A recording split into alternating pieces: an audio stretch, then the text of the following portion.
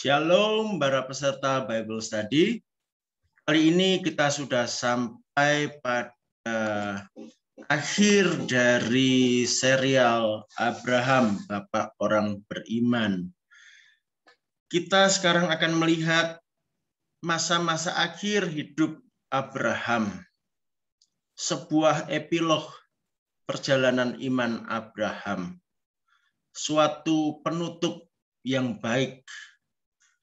Ada banyak hal yang bisa kita pelajari dari kisah ini. Saya harap saudara membaca terlebih dahulu Kejadian 23 sampai 25. 3 pasal saja. Dan kali ini saya ingin mencoba melakukan sesuatu yang baru. Saya tidak akan membacakan seluruh kisah ini secara lengkap. Juga saya tidak menjelaskan secara terperinci seluruhnya. Ada beberapa poin yang saya ingin saudara bisa menggalinya sendiri. Jadi nanti ada beberapa hal yang saya sampaikan, tetapi ada juga beberapa hal yang saya berikan pertanyaan untuk saudara jawab. Dan saudara bisa menjawabnya ketika saudara membaca ayat-ayat yang nanti saya sebutkan. Saya harap dengan demikian saudara bisa lebih aktif mempelajari Alkitab. Saudara bisa mencernanya sendiri lebih baik. Dan tentunya saudara akan bisa lebih mengingat. Sekarang kita akan masuk pada pembelajaran kita hari ini mengenai 3 babak terakhir dari kehidupan Abraham yang dicatat di dalam Kejadian 23 sampai 25. Di dalam Kejadian 23 dicatat tentang wafatnya Sarah, istri Abraham, dan bagaimana Abraham membeli sebuah ladang dengan gua kubur di Hebron, di Makpelah. Kemudian ada lagi di Kejadian 24, kisah bagaimana Ribka dipinang untuk menjadi istri Ishak. Lalu ditutup dengan Kejadian 25, di mana di situ dicatat tentang wafatnya Abraham yang dimakamkan juga di Hebron. Ini adalah catatan langkah-langkah akhir dari Abraham. Di sini kita akan melihat bagaimana Abraham menapaki penggenapan kenyataan janji Allah. Kita ingat janji Allah kepada Abraham, dia akan memiliki keturunan yang banyak, keturunannya akan memiliki tanah Kanaan, dan oleh keturunannya maka segala bangsa akan memperoleh berkat.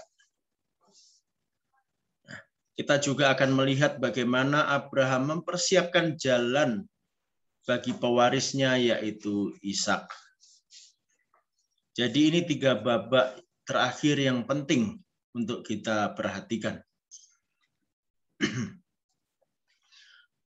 Belum kita masuk ke situ, kita lihat sedikit antara Kejadian 22 dan 23 ada kejadian yang tidak secara detail dituliskan di Alkitab. Kita lihat di Kejadian 22, kalau saudara ingat, dikatakan Abraham tinggal di Berseba, ya. Tetapi di Kejadian 23, Sarah meninggal di Kiryat Arba. Kiryat Arba itu artinya 4 desa atau 4 kota. Jadi wilayah dengan 4 kota, ya. Arba itu 4. Itu nama kunonya. Kemudian hari wilayah itu akan dinamai Hebron. Jadi Abraham pindah, entah pindahnya kapan, tidak dituliskan. Nah, ini tempatnya. Jadi kalau saudara ingat di Kejadian 22 ketika Abraham diminta untuk mempersembahkan Ishak, maka dari Berseba Abraham menuju ke gunung di tanah Moria, yaitu di sekitar Yerusalem, di atas itu di utara. Kemudian dari Yerusalem, dari tanah Moria, kembali ke Berseba. Tetapi kemudian beberapa lama kemudian yang tidak jelas waktunya dicatat, Abraham berpindah dari Berseba ke Hebron. Hal ini sebetulnya lumrah saja. Mungkin tidak ada alasan khusus ya mengapa harus pindah, karena memang kita tahu Abraham hidupnya berpindah-pindah dari satu tempat ke tempat yang lain. Abraham berkeliling. Nah, di Hebron inilah Sarah meninggal.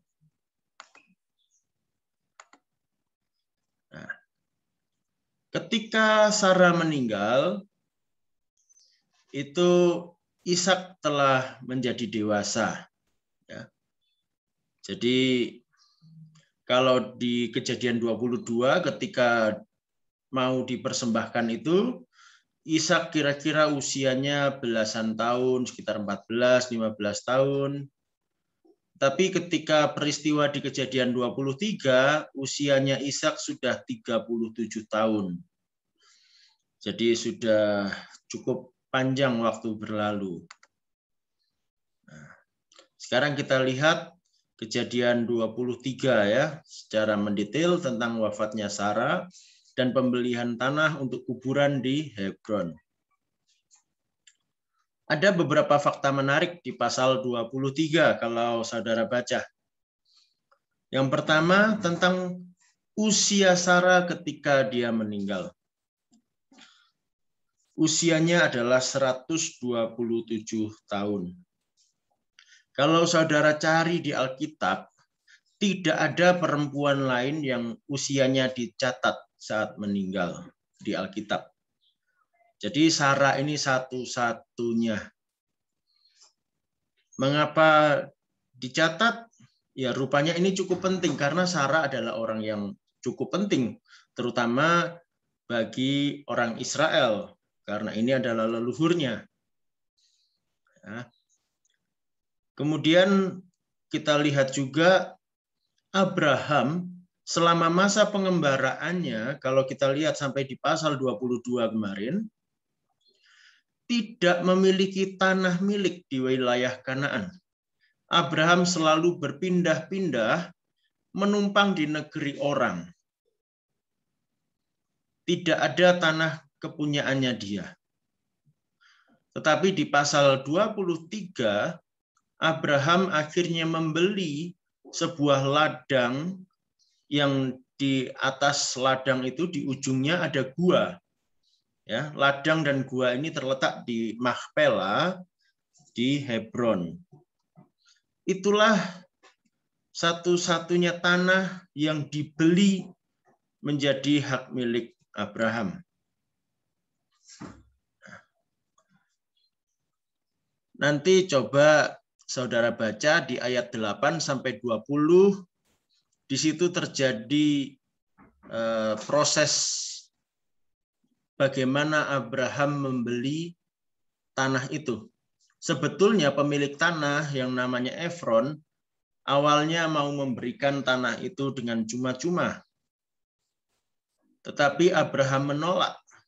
Nah, coba saudara pikirkan, saudara perhatikan, mengapa Abraham menolak ketika diberi tanah itu dengan cuma-cuma? Mengapa Abraham ngotot harus membayar lunas? Tidak mau hanya diberi cuma-cuma. Apakah ada kaitannya pembelian tanah itu dengan penggenapan janji Allah bahwa Abraham dan keturunannya akan memiliki tanah Kanaan? Nah, silakan saudara pikirkan, saudara susun jawabannya, nanti akan kita diskusikan di sesi diskusi kita. Sekarang kita lanjutkan ke pasal berikutnya, pasal 24. Pasal 24 ini mengenai bagaimana Ribka dipinang menjadi istri untuk Ishak.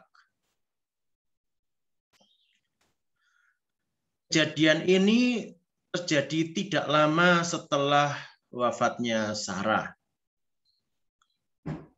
Ishak berumur sekitar 40-an tahun, ya. Abraham ya sekitar 140 tahun.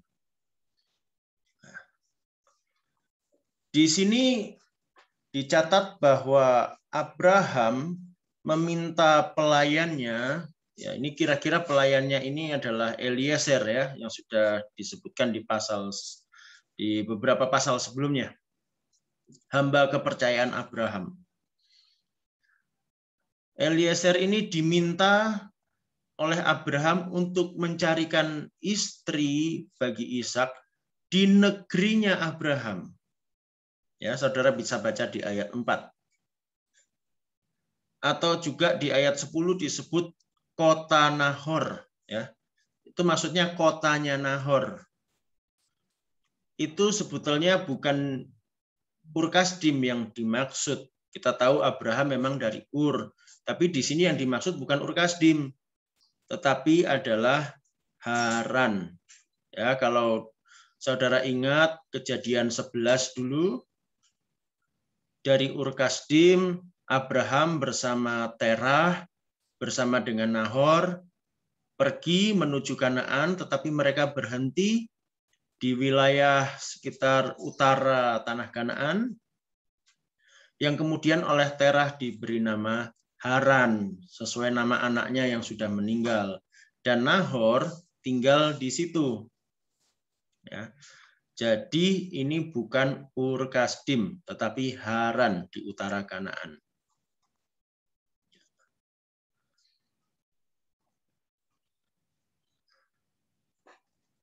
Nah, di sini kita juga melihat mana sih Ishak itu tinggal. Ishak itu sama seperti Abraham, ya mereka semua memang hidupnya berpindah-pindah, berkeliling dari satu tempat ke tempat yang lain.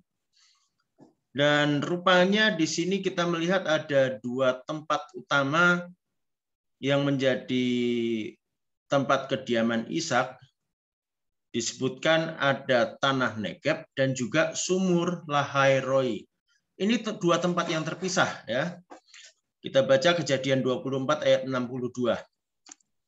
Adapun Ishak telah datang dari arah sumur Lahairoi, ia tinggal di tanah Negeb. Nah, sumur Lahairoi itu di mana? Di dekat wilayah yang namanya Kades Barnea. Kalau saudara ingat, sumur ini muncul pertama kali ketika Hagar lari, ketika dia ditindas oleh Sarah, dan dia ditemui oleh Allah di tepi sebuah sumur, dan dia berkata di situ, oh ini Allah yang melihat aku. Hagar menyebutnya El Roi. Kemudian sumur itu pun disebut sebagai Lahairoi. Ya. Nah, di mana tempatnya? Kita lihat ya, di mana sih sumur Lahairoi, lalu di mana tanah Negeb itu. Nah, ini.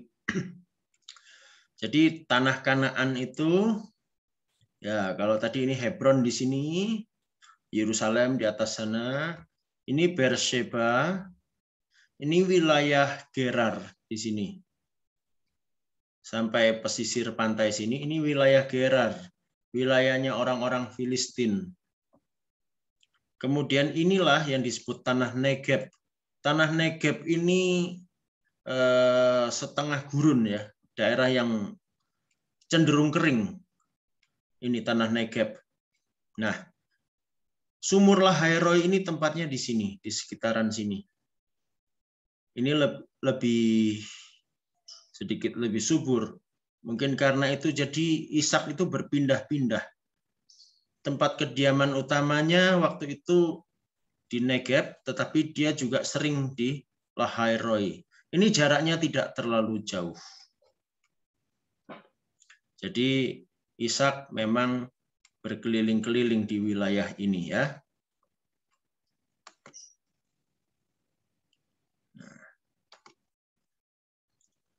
Hal apa yang perlu kita perhatikan, yang perlu kita pelajari di Kejadian 24? Coba perhatikan dan pikirkan mengapa Abraham tidak mau mengambil menantu dari Kanaan.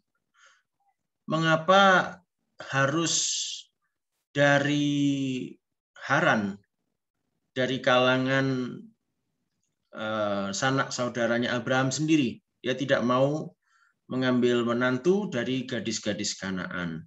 Apakah ini ada kaitannya juga dengan janji Allah? Coba dipikirkan dan didiskusikan ya. Sekarang kita lihat Kejadian 25. Beberapa hal penting yang perlu saya jelaskan dulu.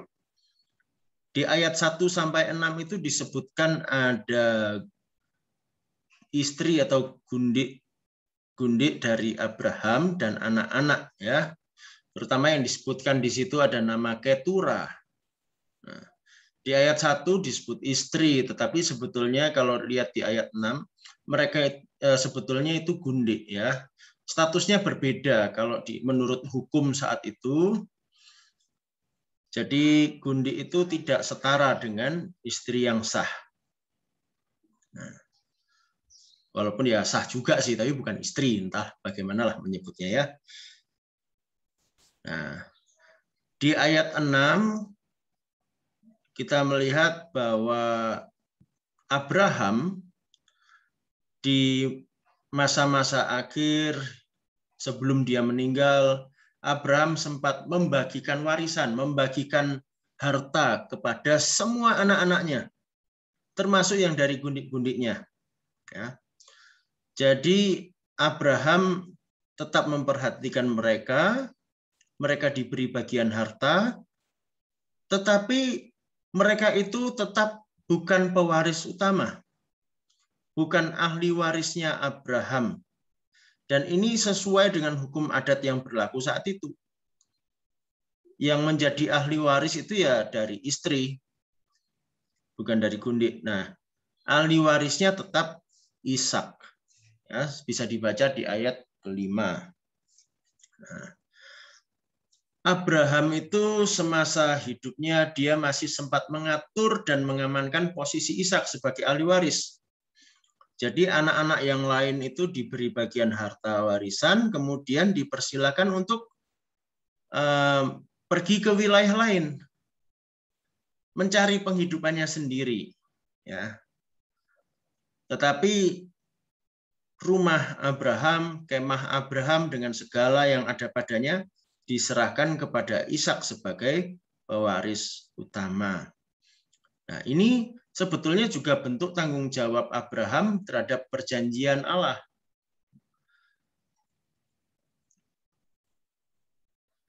Nah, kemudian kita bisa baca di Kejadian 25 ayat 7 sampai 8 bahwa Abraham wafat di usia 175 tahun.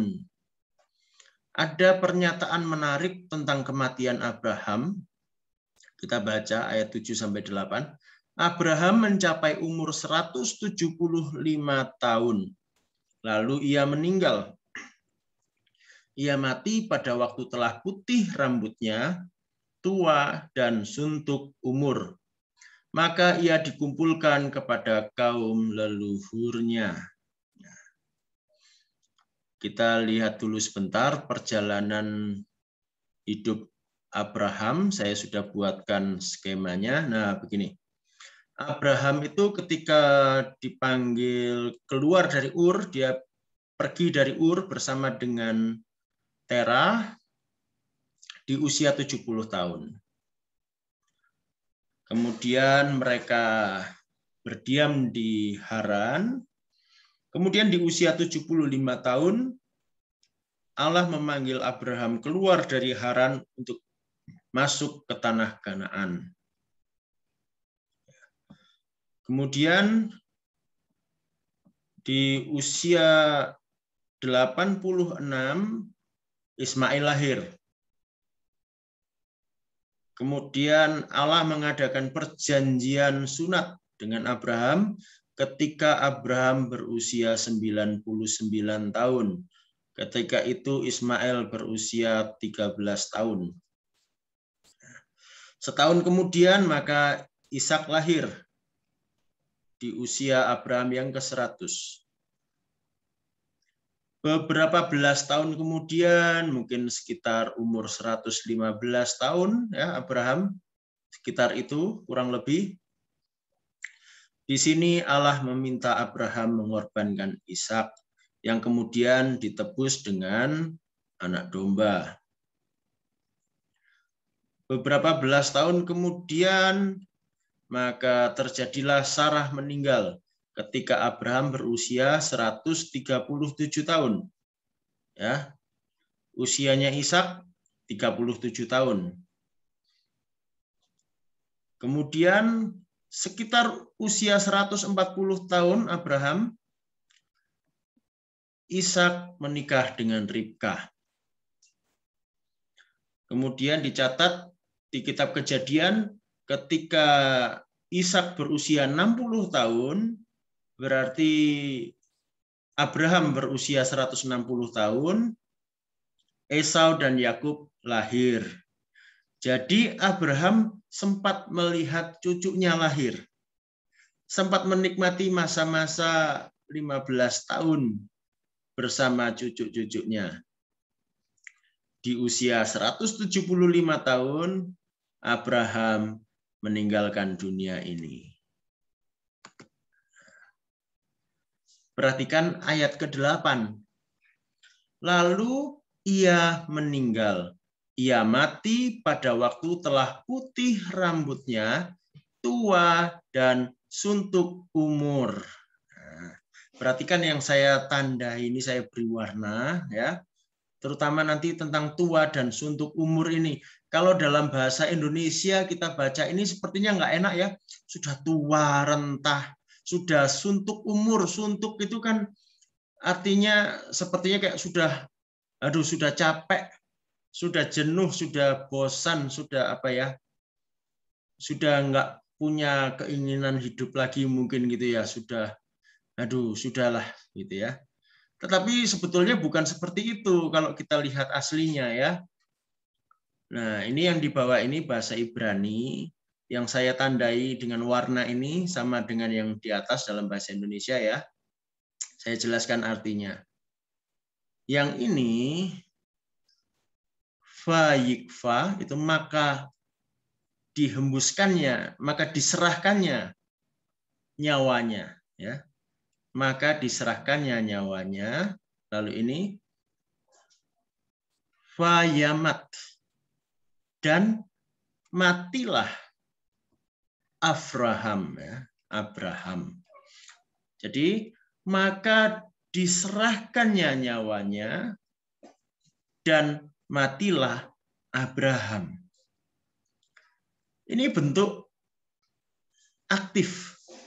Artinya Abraham menyerahkan jiwanya, menyerahkan nyawanya. Abraham sudah siap untuk meninggalkan dunia. Ya. Abraham meninggal dengan sejahtera, dengan bahagia. Lalu yang ini Besebah Tovah.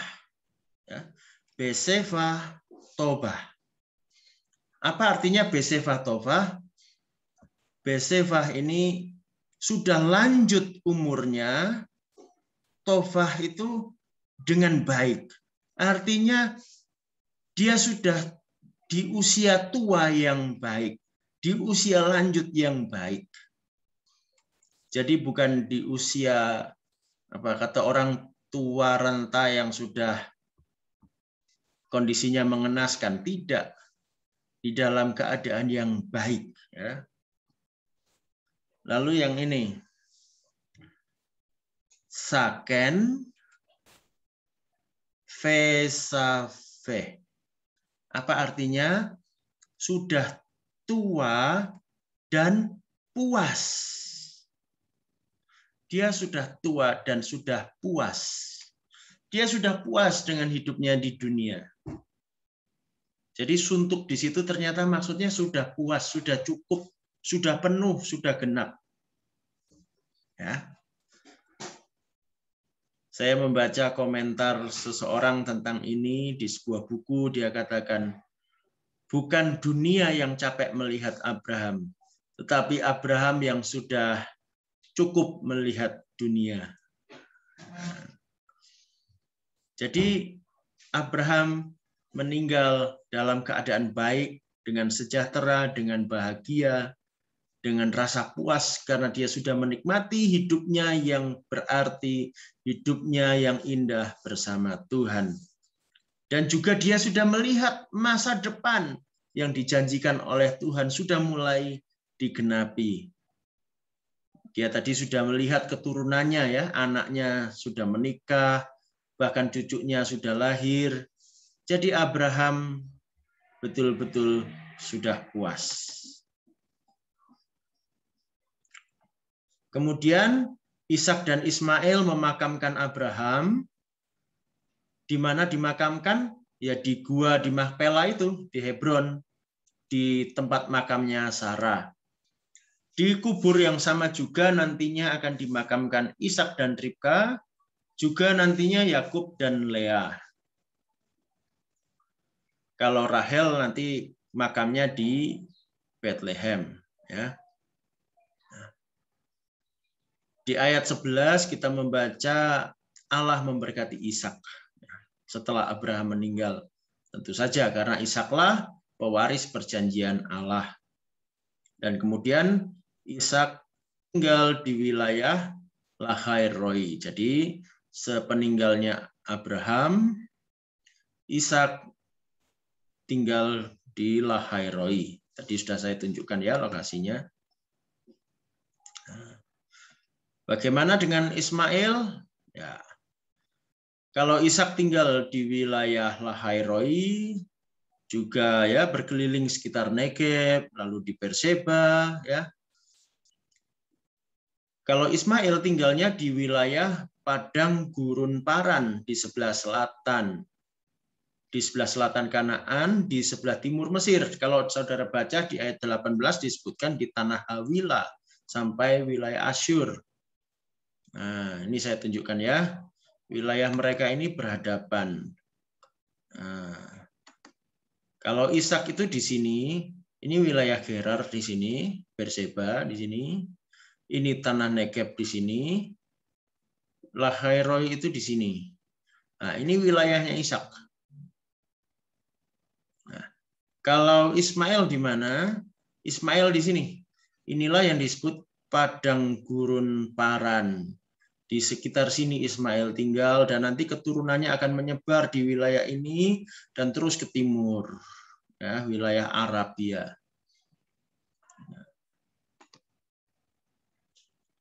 Nah, dari peristiwa kematian Abraham ini, di Kejadian 25 ada yang perlu diperhatikan. Coba dipikirkan, mengapa penting sekali bagi Abraham untuk mengatur warisan bagi Ishak dan anak-anak yang lain selagi masih hidup? Bagaimana supaya kita juga menikmati kepuasan hidup di masa akhir hidup kita seperti Abraham? Nah, dua pertanyaan ini tentang Kejadian 25. Ya, jadi ada beberapa pertanyaan, silakan dipikirkan, nanti akan kita bahas bersama di sesi diskusi. Di grup WA kita juga saya sudah berikan file slide-nya, juga saya berikan file handout, bisa dicetak, di print, untuk kemudian bisa dipakai untuk menulis-nulis ya. Kalau ada pertanyaan-pertanyaan lain, ada pemikiran lain seputar Kejadian 23 sampai 25, silakan dituliskan dan nanti silakan dibahas bersama ketika kita berdiskusi. Sebagai kesimpulan akhir dari saya, jalani hidup dengan baik, untuk akhir yang baik. Pelihara iman tiap hari untuk hari-hari hidup yang berarti. Sekian dari saya. Sampai jumpa di sesi diskusi. Tuhan Yesus memberkati.